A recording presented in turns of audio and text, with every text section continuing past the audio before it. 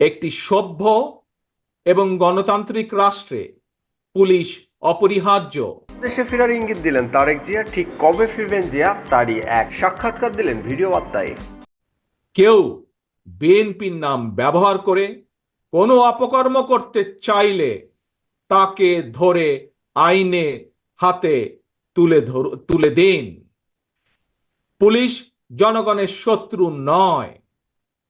গণহত্যাকারী হাসিনা বিনা ভোটে ক্ষমতায় থাকার জন্য আইন শৃঙ্খলা বাহিনীকে জনগণের শত্রু হিসাবে দাঁড় করিয়েছে।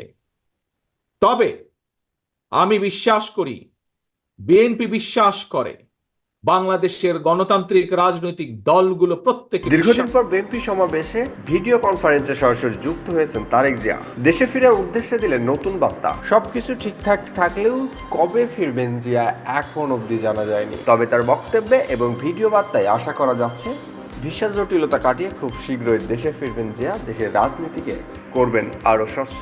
বিশ্বাস করে পুলিশের ভেতরে একটি চক্র ছাড়া অধিকাংশ পুলিশ কর্মকর্তা এবং সদস্য চাকরিবিধি মেনেই, দেশের আইন কানুন মেনেই দায়িত্ব পালনের চেষ্টা করছেন।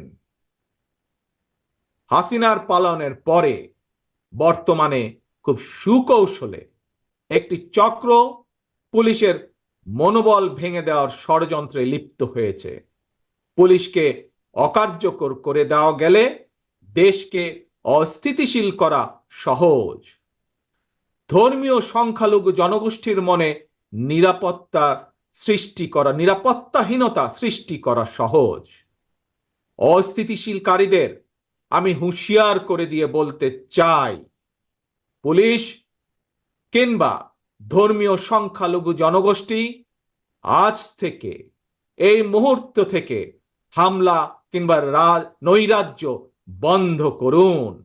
এমনকি কেউ বিএনপির নাম ব্যবহার করে কোনো অপকর্ম করতে চাইলে তাকে ধরে আইনে হাতে তুলে দিন।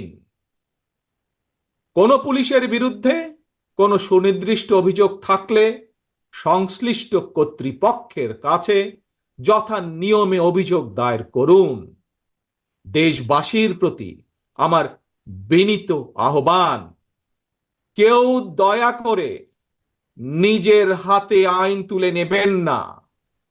প্রতিহিংসা, প্রতিশোধে লিপ্ত হবেন না দয়া করে। বিচারের ভার নিজ হাতে দয়া করে